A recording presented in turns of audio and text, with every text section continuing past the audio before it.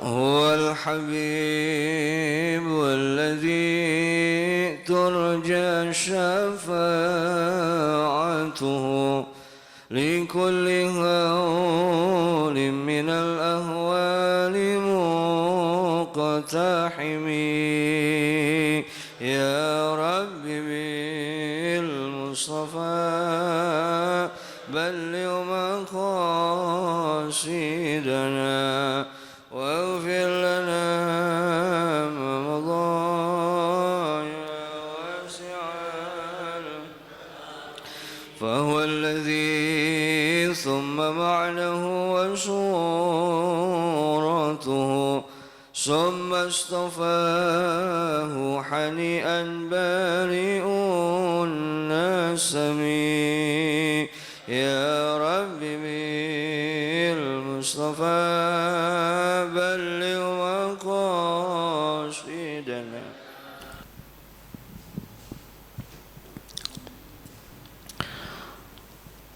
Bismillahirrahmanirrahim. Assalamualaikum warahmatullahi wabarakatuh.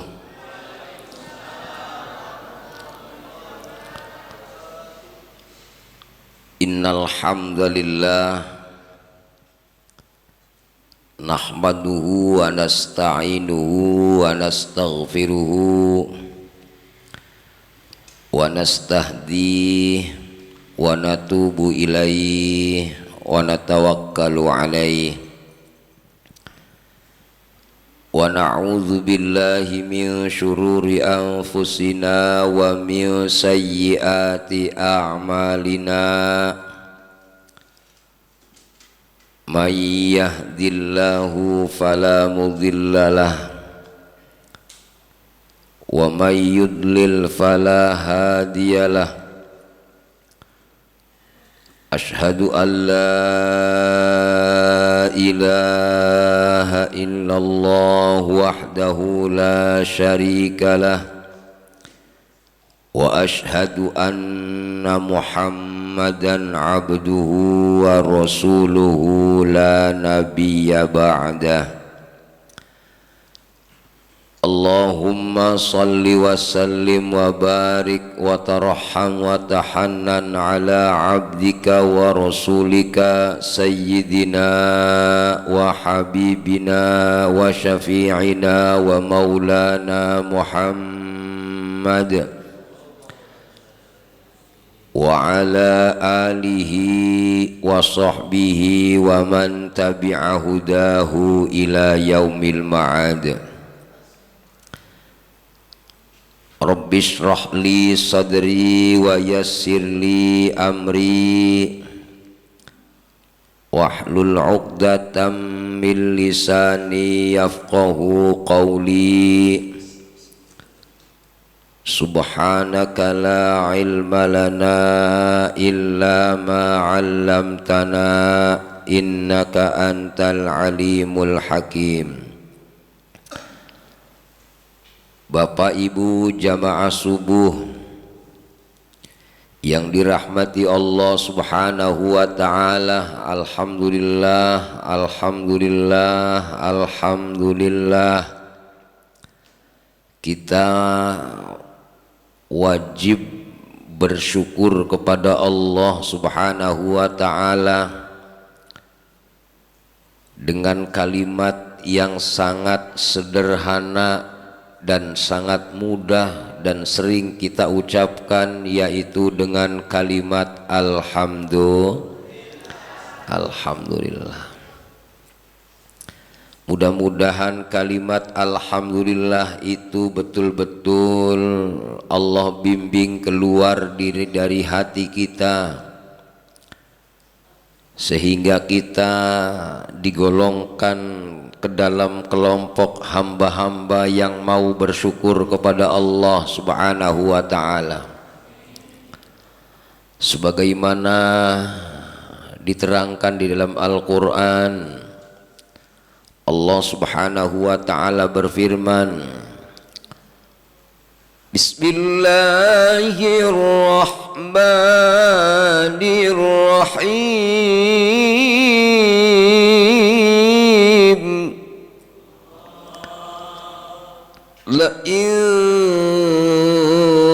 شكرتم لأزيدنكم ولئن كفرتم إن عذابي لشديد.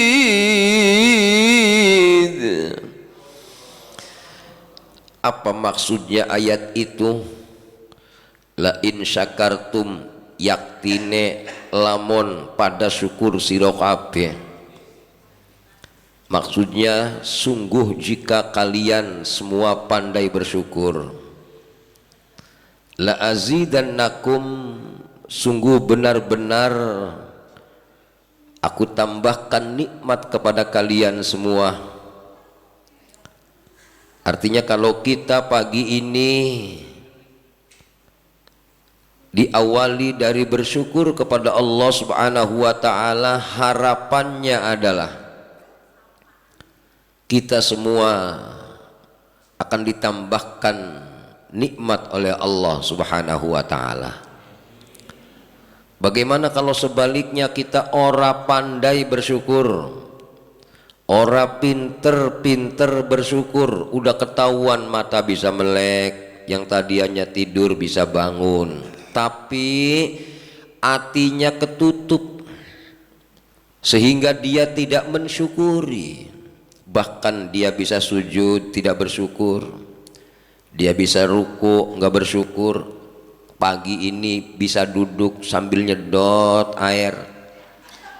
Ya, itu segitu besarnya nikmat. Ya, sebagaimana diterangkan dalam Al-Qur'an, fabi ayyi ala'i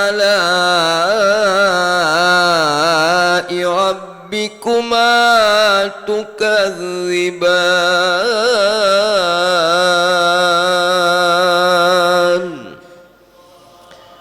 Nikmat mana lagi yang kau dustakan? Bukankah bisa minum itu nikmat? Bukankah kita duduk itu nikmat?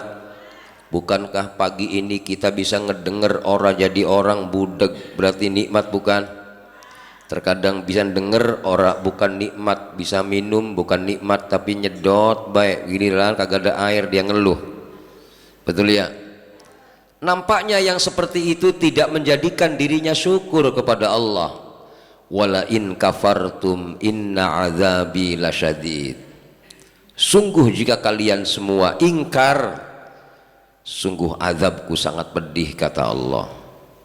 Artinya di awal dari taklim ini mari hatinya hidup kepada Allah. Ya Allah, hidupkan hati kami untuk senantiasa mensyukuri nikmat-Mu ya Allah. Dan hidupkan hati kami ya Allah untuk tidak menjadi orang yang mengingkari akan nikmat-Mu ya Allah. Mudah-mudahan dengan seperti itu Allah ridho kepada kita semuanya. Amin ya rabbal alamin. Salawat dan salam kita sanjungkan kepada baginda Rasul Muhammad sallallahu alaihi wasallam, pada semua keluarganya, semua sahabatnya, serta seluruh pengikutnya ila yaumil qiyamah. Amin Allahumma ya rabbal alamin. Bapak Ibu yang dirahmati Allah, pada subuh ini kajian tafsir kita, kajian tafsir tematik. Kalau dalam kampus itu ada tafsir tematik, tafsir maudhu'i. Yang akan saya sampaikan dari tafsirnya Syekh Nawawi Al-Bantani yang tertuang dalam syarah hikam yang dinamakan Misbahul Zulam.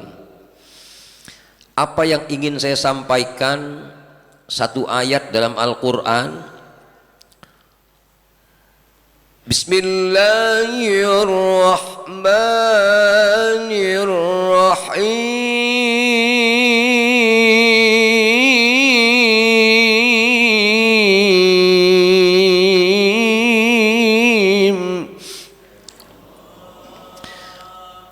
Ya ayyuhalladzina amanu tubu ilallahi taubatan نصوحا عسى ربكم أن يكفر عنكم سيئاتكم ويدخلكم جنات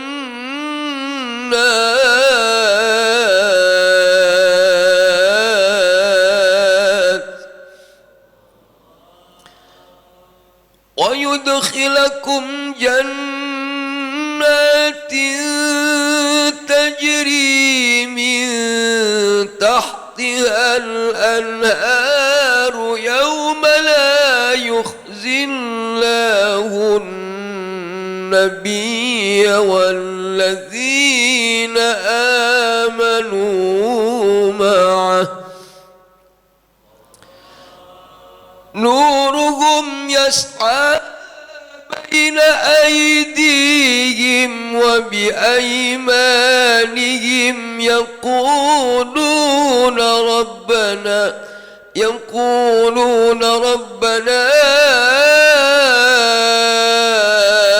أتمم لنا نورنا واغفر لنا إنك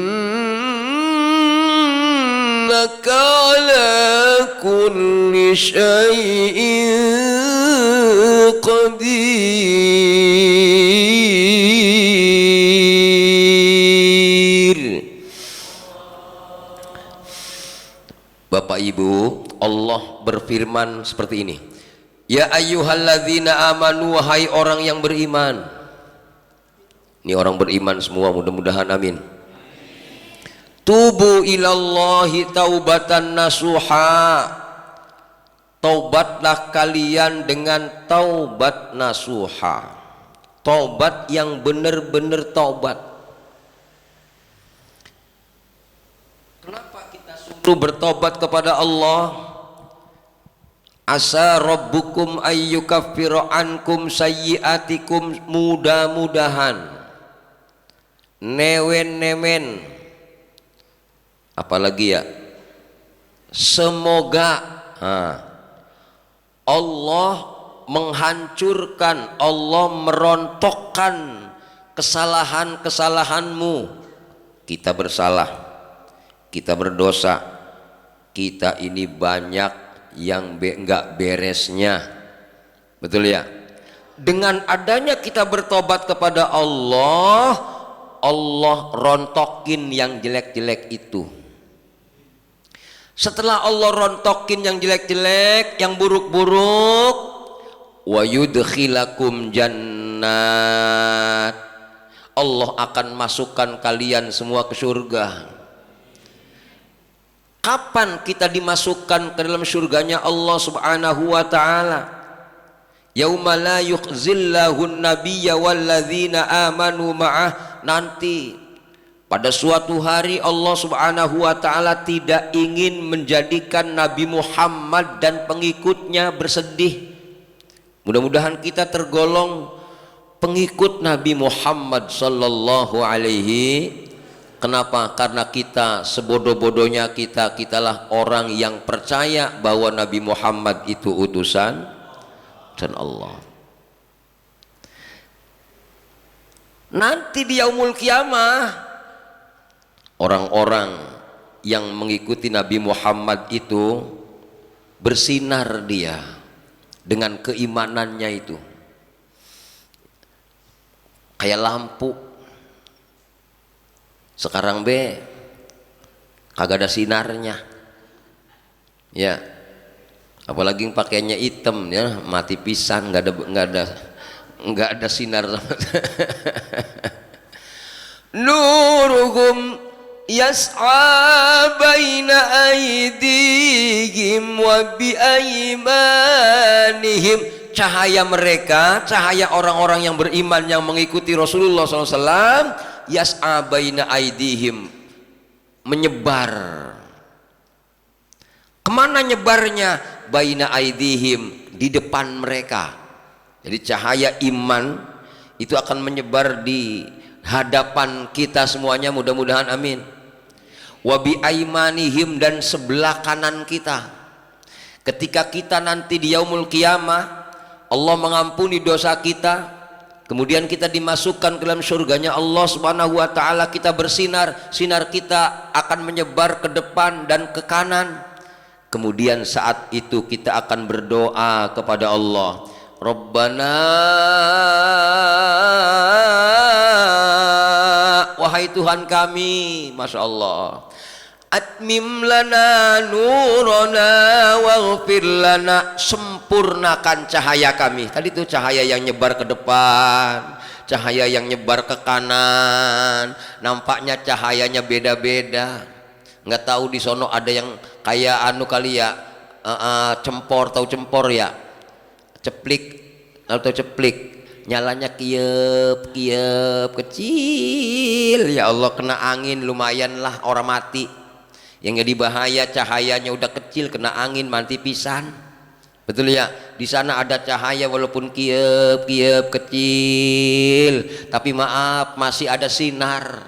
Sinar apa? Sinar iman itu.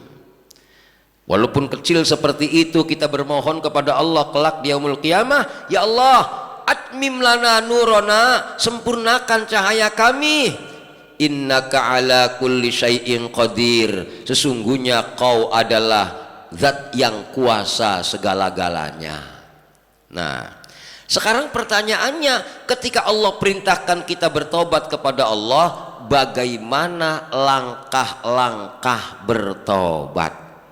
Nah, begitu maksudnya. Tadi ayatnya kan, wahai orang yang beriman, tobatlah kamu. Itu perintah. Baru muncul ulama. Siapa ulamanya? Syekh Nawawi Al-Bantani dalam kitabnya Misbahuz Zulam itu mengatakan, nih Arabnya nih. Cuman saya nggak bacain Arabnya ya, biar gampang maksudnya. Dalam kitab Misbahuz Zulam, di dalam kitab Misbahuz Zulam halaman 9 ini. Tuh. Nih. Halaman 9 kitab Misbahuz Zulam, wahiyya min a'malil qalbi wahiyya tabri'atun minadz dzunubi bi ayyi waqtina qalbahu wa yujarridu azmahu ala alla ya'uda ila dzanbi ta'ziman lillahi wa hadzaran min sakhatihi wa alimi adzabihi la li raghbatin dunyawiyatin aw rahwatin minan nasi aw li dha'fin fin nafsi awil faqri aw li ghairi dzalika. Apa maksudnya nih? Nah maksudnya nih, barangkali Bapak Ibu orang tahu bahasa Arabnya, saya kasih artinya. Yang di guru begitu, kudu baik ya, kudu baik, ngerti kudu baik. Jamaahnya orang bisa Arabnya, kasih dah Indonesianya begitu. Jamaahnya ada yang ngantuk ya bagian dah gitu kan. Jadi kudu baik guru mah. Betul ya. Apa sih tobat itu? Tobat itu bagian dari amalan hati. Ingat-ingat, tobat itu amalan hati, bukan amalan badan. Ada orang tobat tahajud baik belum tobat, ada jamaah tobat zikir baik belum tobat. Tapi tobat itu apa? Amalan hati. Untuk apa amalan hati? Untuk bersih-bersih diri dari dosa. Ya, amalan hati buat membersihin diri kita dari dosa. Dengan cara apa? Dengan cara mengkondisikan hati dan membulatkan tekad untuk tidak berbuat dosa. Tekad hati dikuatkan, membersihkan dirinya dari apa? Dari dosa. Tekad orang mau dosa lagi. Kenapa sih orang mau dosa lagi? Karena dia ingin mengagungkan Allah Subhanahu wa ta'ala, atau takut dengan siksanya Allah Subhanahu wa ta'ala. Jadi tobat itu maaf diartikan ini nih, suara hati, amalan hati, tekad orang mau ngulangi lagi dosa. Ngapa? karena saya malu kepada Allah Subhanahu wa taala, karena saya takut kepada Allah Subhanahu wa taala, karena saya merasa kecil di hadapan Allah Subhanahu wa taala. Bapak Ibu, Bu, bagaimana caranya kita merasa malu kepada Allah Subhanahu wa taala? Misal waktu zamannya muda, sholatnya kadang ditinggal, kadang dijalanin. Udah tua, orang itu merenung, ya Allah, nggak tahu umur ini semakin habis. Ya Allah, dari muda sampai tua ini alhamdulillah dikasih karunia anak-anak udah pada beres semuanya, udah pada berumah tangga, bahkan udah punya cucu. Ya Allah, nampaknya kau sayang banget sama aku, nampaknya kau baik banget sama aku, padahal aku sholat aja masih kadang tinggal. Misal, di sini mah nggak ada, ini misal ya. Kadang-kadang kalau lagi dipanggil adzan ke masjid, kadang-kadang kagak, betul ya. Jadi akhirnya dia merenung, ya Allah, baiknya engkau kepadaku, walaupun aku seperti itu, kau masih beri aku nafas ya Allah, kau masih beri aku bisa duduk ya Allah. Orang-orang di sana ada yang berbaring baik di rumah sakit, ada yang di rumah berobat juga orang bisa. Kadang-kadang melihat mereka sedih, padahal mereka bukan orang yang buruk-buruk amat, orang baik. Tapi saya yang buruk ini, tapi masih dikasih nikmat bisa duduk, bisa jalan. Ya Allah, malu saya. Ketika malu kemudian beristighfar, mohon ampun kepada Allah. Ya Allah, saya kepengen bisa belajar baik kepadamu ya Allah, bertobat kepadamu ya Allah. Semenjak itu kemudian dia istiqomah berangkat ke masjid untuk berjamaah. Kenapa? Karena ingin belajar taat kepada Allah Subhanahu wa taala, ingin mengagungkan Allah, takut akan siksa Allah. Maka inilah belajar menata hati ini, malu kepada Allah, inilah yang dikatakan tobat. Ya Pak. Jadi tobat ada di mana Pak? Nah, maksud saya biar ngerti dulu di sini. Ya. Kenapa masalahnya? Tobat bukan karena ingin dunia. Maaf nih, ya Allah, rizki saya seret amat. Misal datang ke Ustadz, banyakin istighfar ya Bu, tobat sama Allah. Ya Ustadz, diamalin. Astagfirullahaladzim, astagfirullah. Tiba-tiba Allah kasih rizki lancar, sukses, badan sehat, ya kan, dagangan apa baik laku, ya kan, rizki dari mana-mana ada baik. Begitu dia banyak istighfar, mohon ampun kepada Allah, rizkinya lancar, tiba-tiba dia lupa istighfar, lupa menata hati, goyang lagi tuh, orang taubat lagi, berbuat dosa lagi, orang istighfar lagi. Tiba-tiba dilalah rizkinya seret. Ya, dia mikir, ya Allah, kayaknya istighfar tobat itu mendatangkan rizki nih. Ya. Wa may yastaghfirillaha yajidillaha ghafuran rahima. Siapa orangnya yang mohon ampun kepada Allah, maka dia akan mendapati Allah, zat yang maha pengampun lagi maha penyayang. Begitu istighfar lagi, rizkinya lancar lagi. Akhirnya dia mikir, gua banyak istighfar, mohon ampun sama Allah biar rizkinya lancar. Tobat apa bukan? Tobat atau bukan? Bukan. Awas, hati-hati nih, jangan sampai salah. bukan keinginan dunia. Tobat itu gua kudu banyak istighfar biar rizkinya lancar. Ada yang ngomong, ibu, kalau amal laki yang taat, kalau orang taat nanti rizkinya seret. Ya, mohon maaf, kalau ngelawan amal laki dosa apa ora? Dosa apa ora? Cemberut amal laki dosa apa ora? Ceritanya istighfar dia. Ya, kemudian dia orang berani tuh marah sama laki, cemberut sama laki, tapi takut kalau saya marah sama laki saya, warung saya sepi. Ya, hingga akhirnya dia nggak berani marah sama lakinya, tapi tujuannya bukan untuk mengagungkan Allah, biar warungnya rame. Tobat apa bukan? Tuh biar paham maksudnya.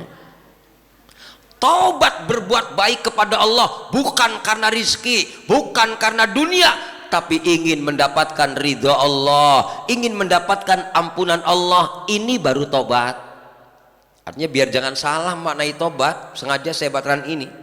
Jadi materi kita nggak usah jauh-jauh, tafsirnya tafsir praktis. Ini ayatnya tobat, bagaimana caranya, definisinya apa. Saya takutnya saya ngajar ketinggian. Aplikasi penerapan sehari-hari orang mampu, padahal bab-bab kecil, bab-bab sederhana. Apa itu tobat? Bagaimana tobat? Lihat Nabi Adam, Rabbana ya Rabbana zalamna anfusana wa illam taghfir lana wa tarhamna lanakunanna minal khasirin. Suara hatinya dia mohon kepada Allah, Rabbana, wahai Tuhan kami, zalamna, kami menganiaya, anfusana, diri kami sendiri, wa illam taghfir lana, jikalau kau tidak ampuni kami, wa tarhamna, jikalau kau tidak sayangi kami, lanakunanna minal khasirin, sungguh kami akan menjadi sebagian dari orang-orang yang rugi. Hatinya ingin memohon ampun karena takut kepada Allah atau karena ingin mengagungkan Allah Subhanahu wa ta'ala. Kalau niatnya untuk dunia bukan taubat. Ya bu, bu. Atau maaf ini, kalau saya orang tobat malu sama orang-orang. Ya, saya pergi ke masjid, gua tobat, jangan sampai kayak kemarin lagi, bahe, malu kita sama orang-orang. Tobat bukan? Ngapa? Karena niatnya bukan karena Allah, tapi karena hati-hati nih bu, bapak, luruskan niat kita, ikuti arahan ulama. Saya aja nggak paham, makanya saya baca kitabnya ulama. Tuh, wa'tasimu bihablillahi jami'an wa la tafarraqu. Berpegang teguhlah kalian semua dengan tali Allah. Mana tali Allah? Ulama yang ngerti tafsirnya. Saya ngikuti talinya ulama, talinya Allah. Mana talinya Allah? Ulama. Mana buktinya saya ikut ulama? Ngikut pendapatnya Syekh Nawawi. Kata Syekh Nawawi, kalau seandainya kita bertobat karena manusia, bukan tobat. Kita tobat karena pengen dunia, bukan tobat. Taubat pada intinya dia menyesali dan dia ingin berbuat, tidak mau dosa, tidak mau balik lagi sama dosa, karena tujuannya mengagungkan Allah Subhanahu wa ta'ala. Yang lain misalkan nih, takut miskin saya, kalau seandainya orang tobat mah kita tobat baedah. Takut miskin salah, bukan tobat namanya.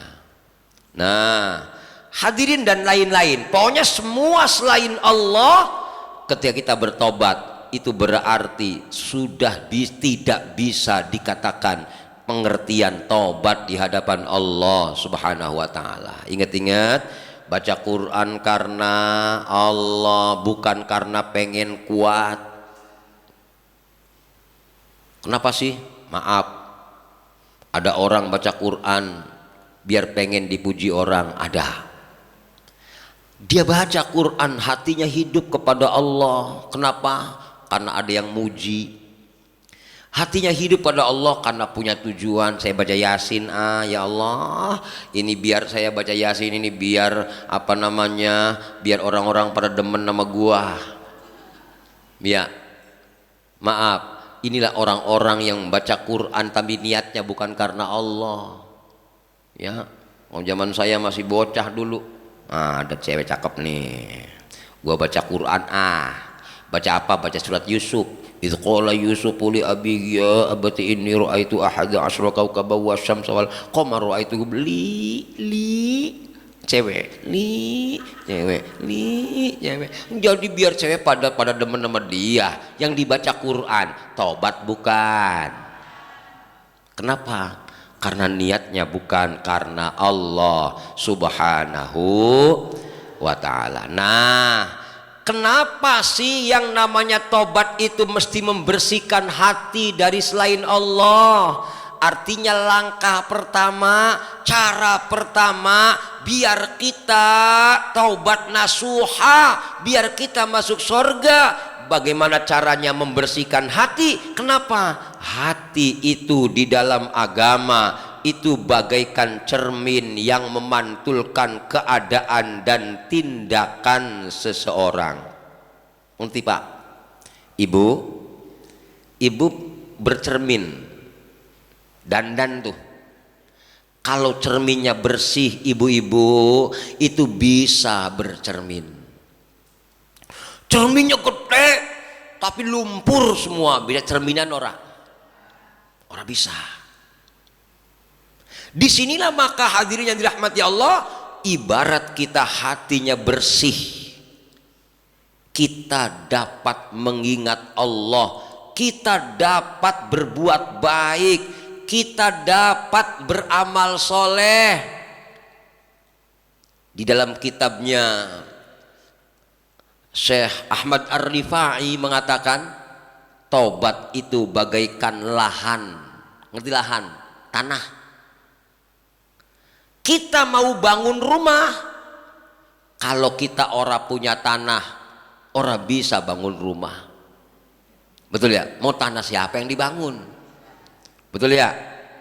Apa di air bangunnya? Apa di awan bangunnya? Nah, bangunan rumah kita itu bagaikan amal soleh. Amal soleh ditanam di tanah ibarat tobat. Artinya maaf, kalau kita pengen punya amal, maka kita harus benar-benar bisa bertobat di hadapan Allah Subhanahu wa ta'ala. Kosongkan semua selain Allah, bersihkan hati kita dari selain Allah Subhanahu wa ta'ala. Baru kita semua hati kita bagaikan cermin. Maksudnya apa bagaikan cermin? Maaf nih, contoh, lihat teman kita pada ke masjid, ngiri, ya Allah saya kok belum bisa ke masjid, ya Allah. Hatinya kepengen, bener-bener ingin ibadah di masjid sebagaimana teman-teman ya, tapi maaf, orang yang hatinya kotor ngelihat teman kita ke masjid lain, orang sih masjid baik, pamer kali dia. Kebaikan seseorang bukan menjadikan dirinya ingin baik, tapi justru benci dengan kebaikan itu. Kenapa ada orang benci dengan orang ke masjid? Kenapa ada orang benci orang zikir? Kenapa ada orang benci ada orang baca Quran? Karena kotor hatinya. Dalam hadis Rasulullah dikatakan, al mu'minu mir'atul mu'min. Mukmin yang satu cerminan mukmin yang lain. kita melihat teman-teman kita senang berjamaah, ngiri Pak. Ngelihat diri kita belum berjamaah, kenapa ini ya Allah? Bimbing aku biar saya berjamaah ya Allah. Bimbing aku biar aku bisa baca Al-Quran ya Allah sebagaimana teman-teman aku. Ini kalau cerminnya bersih. Beda dengan cerminnya kotor. Nenek-nenek masjid baik gaya apa? Ngaji baik sih, pinter juga kagak. Harusnya dia ngiri malah benci. Ada nggak orang-orang kayak gini? Pak, jangan cengar-cengir baik, tanyain cengar-cengirnya dong. Ada nggak orang kayak gini? Kalaupun ada orang kayak gini Bapak Ibu, inilah contoh orang-orang yang hatinya kotor, cerminnya kotor, kagak bisa ngaca dia. Ada orang sodako dia benci, ada orang aktif di majelis taklim dia nggak suka, ada orang yang nyantunin anak yatim dia suudzon, bantu anak yatim sakingan pengen deketin emaknya masih muda. Betul ya Pak? Ngerti nggak? Ngerti Pak?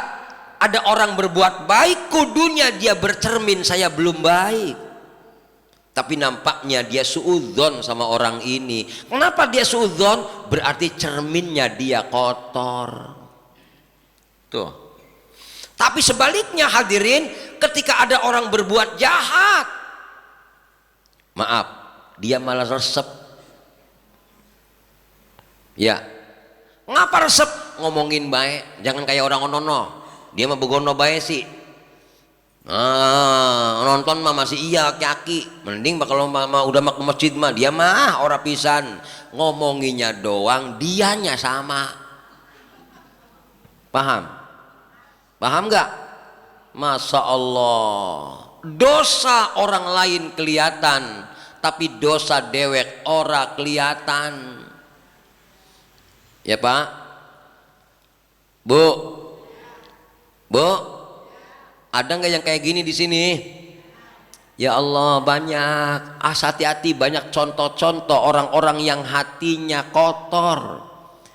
Ini menjadi pelajaran bagi kita, ibrah, pelajaran dari kita. Jangan sampai kita hatinya kotor. Kenapa tadi? Karena bisa jadi tadi yang hatinya kotor bukan berarti dia nggak pernah baca Quran, bukan berarti dia tidak pernah sholat, bukan, tapi sholatnya bukan karena Allah, baca Qurannya bukan karena Allah. Dia baca Quran tapi hatinya nggak bersih, hingga akhirnya pantulan Quran tidak masuk ke dalam hatinya, sehingga sholatnya, zikirnya, ibadahnya tidak berefek dalam kebaikan hidayah kepadanya, karena maaf, pantulannya keluar terus karena kotor. Dari sini hadirin yang dirahmati Allah Subhanahu wa taala, maka Syekh Nawawi mengatakan, bagaimana mungkin sebuah hati dapat bersinar sementara bayangan-bayangan makhluk atau alam semesta masih melekat pada cerminnya. Cerminnya maaf nih, kotor banget. Bagaimana kita bisa bercermin dengan cermin yang kotor? Tahu Pak Kertas? Orang yang, maaf ya, orang yang bertobat itu mentobati satu titik dalam hatinya. Ibarat hati itu kertas putih, kita dosa 1 titik, dosa 2 titik, yang tadinya putih berubah jadi titik-titik. Semakin banyak itu hati, bukannya titik-titik, gelap hitam semua. Masya Allah, ketika hitam semua, maaf, di dalam Al-Quran Allah katakan, fi qulubihim maradun fasadahumullahu marada. Hatinya sakit. Tadi lihat orang seneng sodakoh dia kesel, lihat orang ke masjid dia nggak suka, Kenapa sih kok ada orang seperti itu? Di dalam Al-Quran dikatakan fi qulubihim marad, hatinya banyak penyakit. Karena penyakit di hatinya tadi item-item sudah banyak banget, udah kronis. Kira-kira kalau penyakit udah kronis alamat apa? Alamat apa? Alamat mati. Khatamallahu ala qulubihim wa ala sam'ihim wa ala absarihim ghishawatu wa lahum azabun azim.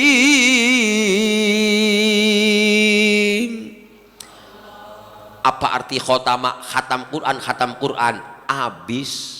Khatamallahu ala qulubihim, Allah tutup, Allah gembok pintu hatinya sehingga dia tidak pernah bisa menerima hidayah Allah. Wa ala absarihim ghishawah, matanya tidak mampu melihat kebenaran. Tadi tuh lihat orang ke masjid gedeg, lihat orang sodako suudzon, ya, lihat orang nafkahin anak yatim, akhirnya bicaranya lah ada anak yatim, bukan anak yatim kali, maknya kali yang pengen dianuin, begitu loh Pak. Kenapa ada orang kayak gini? Mati hatinya, mata hatinya itu tertutup. Wa ala sam'ihim, begitu pula pendengarannya. Wa ala absarihim ghishawah walahum adzabun azim. Inilah orang-orang yang mendapatkan siksa yang pedih, naudzubillah. Tapi maaf, orang sedosa apapun dia, tapi ketika dia mau bertobat kepada Allah, tadi tuh yang tadi hatinya hitam kelam, istighfar hilang atuh, istighfar pagi hilang atuh, yang tadinya gelap berubah jadi titik-titik lagi, titik-titik lagi, zikir lagi, istighfar lagi, mohon ampun, diberesin hatinya, tidak mau selain Allah masuk dalam hatinya, hingga akhirnya yang tadiannya gelap menjadi terang. Inilah yang dikatakan dalam Al-Quran, nuruhum yas'a baina aydihim wa bi aymanihim, bercahaya dia yang tadinya enggak ada cahayanya, gelap, muncul adanya cahaya. Kenapa dia hatinya bercahaya? Ketika maaf mendengarkan Quran semakin nangis, banyak-banyak istighfar, mohon ampun pada Allah, dia tahajud makin rindu bertemu Allah. Inilah orang-orang yang hatinya dikasih penerang oleh Allah Subhanahu wa ta'ala. Nah, lalu bagaimana dengan mereka orang-orang yang tadi tidak mau tobat? Maaf nih, bagaimana mungkin sebuah hati dapat memancarkan cahaya iman? Bagaimana mungkin katanya hati bisa memancarkan cahaya iman atau cahaya kenakinan? Padahal hakikat makhluk masih tergambar dalam mata hati akibat ketergantungannya kepada selain Allah. Artinya apa? Jangan harap kita ini bisa bertobat kalau di dalam hati kita melekat cinta kepada selain Allah. Kayak tadi tuh, gua tobat biar rizkinya lancar. Maaf, orang ini nggak bisa bertobat. Gua tobat biar laki gua tambah demen. Bohong, tidak akan bisa bertobat. Gua bertobat biar tangga pada resep. Bohong, tidak mungkin dia bisa bertobat, kata Syekh Nawawi Al-Bantani. Nah, semua selain Allah di dalam hati, Bapak Ibu ingat-ingat, kita sholat karena orang, kita zikir karena tangga, kita baik karena laki, itu hal-hal yang selain Allah akan menjauhkan dan akan mematahkan semua yang datang dari Allah Subhanahu. Tuh, awas inget-inget, saya sodakoh ya, tiba-tiba ada yang muji, keren mak-mak itu tuh, demen banget sodakoh, lama-lama maaf nih enak dipuji ya, lama-lama begini, gua sodakoh nunjukin ke orang-orang, ini bukan ibadah di hadapan Allah. Ini yang dikatakan ria, pengen dilihat orang. Ini yang dikatakan ujub, pengen menyombongkan di hadapan orang. Kalaupun ini dianggap dia amal, maaf, yang kayak gini bukan amal. Ngapa? Karena ada selain Allah dalam hatinya. Ngapa? Selain Allah. Ketika kita ada dalam hati kita, berarti kita termasuk orang-orang yang tidak mau tobat. Kalau nggak mau tobat, berarti kita termasuk orang-orang yang tidak punya tanah untuk nanam amal kita. Ngapa? Karena selain Allah akan mematahkan amal-amal untuk sampai kepada Allah Subhanahu wa ta'ala. Hati-hati. Makanya hati-hati nih Bapak Ibu, berangkat ke masjid, ya Allah aku akan menuju engkau. Rasul nyontoinya, ya Allah aku akan menuju engkau. Mau ke masjid Pak, aku tidak mau ria, aku tidak mau ujub, aku tidak mau sum'ah. Makanya maaf, Nabi Muhammad walaupun berangkat ke masjid, tetangganya ada yang lemparin batu, ngelemparin kotoran, gak berhenti sholat ke masjidnya walau diganggu dari sana sini. Ya, kenapa Nabi Muhammad ibadahnya sangat kuat di hadapan Allah? Karena murni hatinya karena Allah. Makanya termasuk bapak-bapak, Pak Haji, semuanya yang hadir, ibu-ibu, mudah-mudahan hadirnya kita di masjid ini betul-betul murni karena Allah. Amin ya Rabbal. Sehingga walaupun Masya Allah, ya maaf ya, nggak gampang lo bisa kayak gini. Godaannya banyak Pak. Ada orang yang kena penyakit emah-emah, mau ke masjid pagi-pagi dah owek-owek baik. Godaan maaf. Tapi maaf, digoda kayak apapun karena kuat hatinya ada Allah. Rasulullah mencontohkan walaupun dilempari batu, dilemparin kotoran, tetap Rasul masih bisa berjamaah. Termasuk kita, maaf ya, kita berangkat ke masjid bukan tanpa godaan, bukan.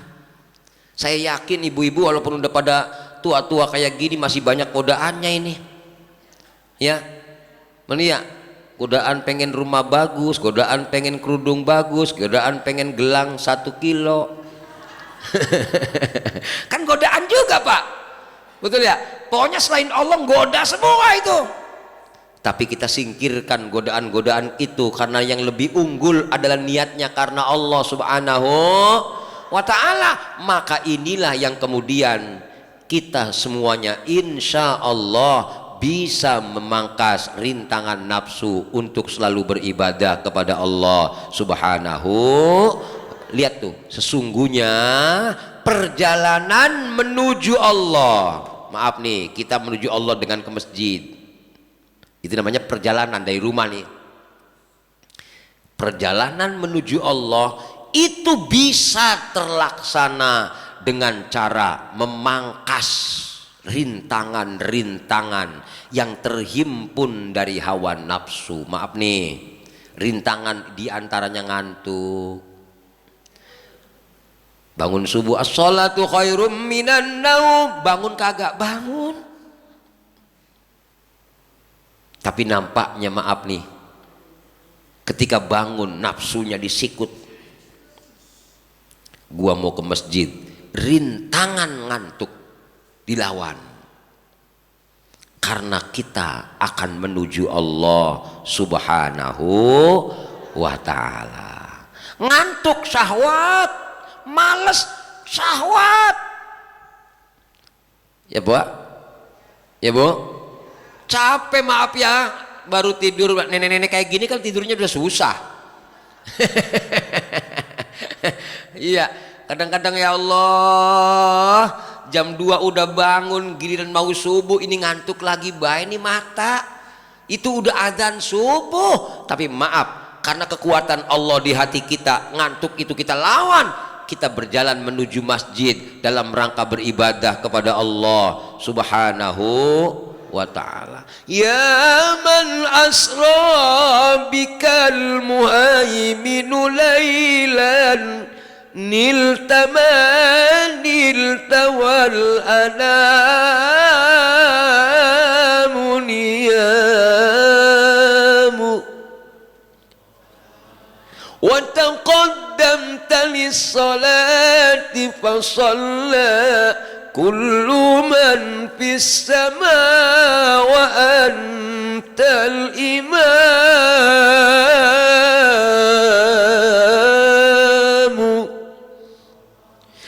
كريم الأخلاق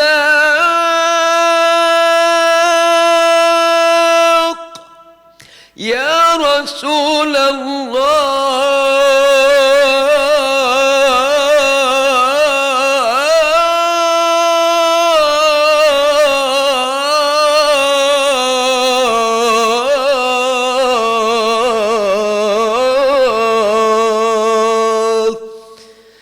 صلى الله عليك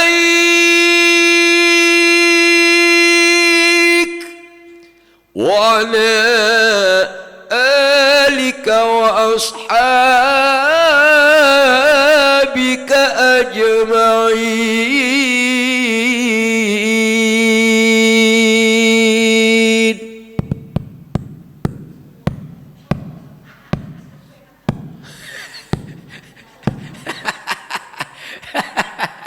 Masya Allah, hingga akhirnya apa? Maaf, walaupun ngantuk.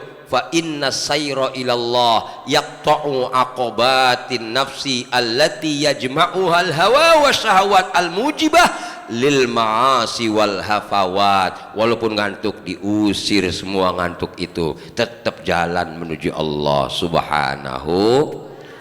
Adzan subuh, Allahu Akbar, Allahu Akbar, gua berangkat masjid, diusir ngantuknya.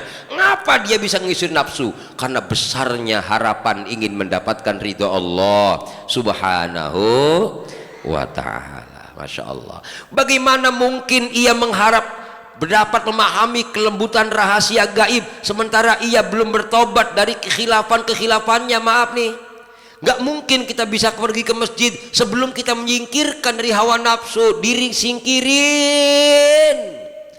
Bagaimana caranya ngancurin nafsu? Dengan bertobat kepada Allah. Maksudnya bertobat, munculkan hanya Allah di hati kita. Kalau ada selain Allah di hati kita, maaf, contoh berjamaah karena temen kagak enak, temen nyamperin baik, giliran temen orang nyamperin nggak berangkat.